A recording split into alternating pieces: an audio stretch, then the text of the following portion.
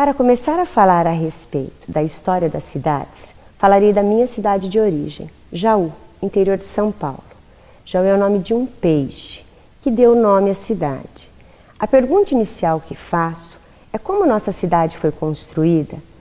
Quais são os elementos próximos à realidade do nosso aluno que podem trazer essas informações? Basta olharmos nomes de ruas, praças, bairros e nos perguntarmos como essas pessoas podem contribuir para conhecermos a história do local onde moramos. Esse olhar atento é que devemos despertar em nossos alunos, a curiosidade para conhecer sua cidade. Após abordarmos essas questões em sala de aula, podemos pedir para que pesquisem sobre o nome da sua rua, praça próxima à sua casa ou bairro onde eles moram. Com essas informações, discutiremos as diferentes contribuições para a construção da história de nossa cidade. Muitos nos perguntam: onde você mora?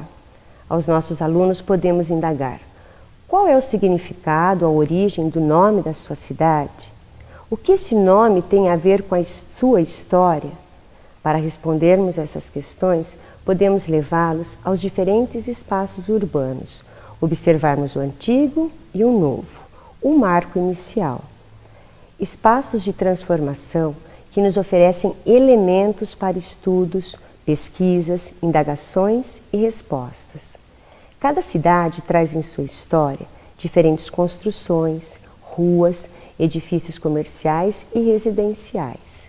Algumas questões devem ser comentadas em sala de aula, como as diferentes janelas, portas, anos nas paredes das casas, chafarizes, jardins com coretos, e pedir para que observem o lugar onde moram, escrevam suas conclusões e tragam para a sala de aula.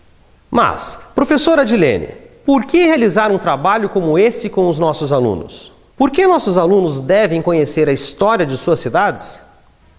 Conhecer a história de nossa cidade desperta a consciência de preservação de cada local, não só os patrimônios tombados, mas aqueles que fazem parte da história de vida de seus moradores. E como podemos colocar em prática essa ideia? Quais são as lendas ou personagens que fazem parte da história de sua cidade? Perguntar para os antigos moradores ou trazê-los para nos contar essas histórias. Na cidade de Jaú, há várias histórias interessantes. Entre elas, a história do cano torto. Diziam que quem tomava a água do cano torto fixava residência na cidade ou retornava. Tem também um personagem interessante, Coriolando, mais conhecido como Criolando. Ele, com seu cavalinho de madeira, ia a todos os velórios. Muitas vezes, chegava na casa de uma pessoa que acabou de morrer sem nenhum aviso. Chorava copiosamente, como se fosse a perda de uma pessoa de sua família. Histórias como essas nos ajudam a conhecer um pouco mais do local onde moramos. O imaginário popular é muito rico para o resgate da história. Por que não levarmos nossos alunos ao cemitério? Entre os túmulos, mensagens e pessoas que nos deixaram, mas foram muito importantes para a construção do lugar onde moramos.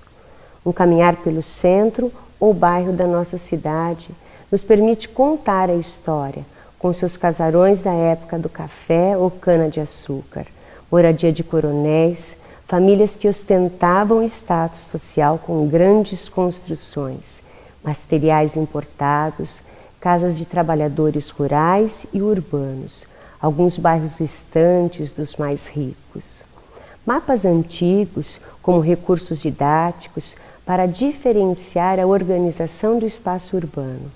Fotografar diferentes praças e construções e em seguida mostrar as imagens antigas dos mesmos lugares, para que o aluno possa conhecer o local onde ele mora. Fontes escritas também são importantes recursos, entre elas jornais com propagandas de estabelecimentos comerciais, anúncios de empregos, entre outros.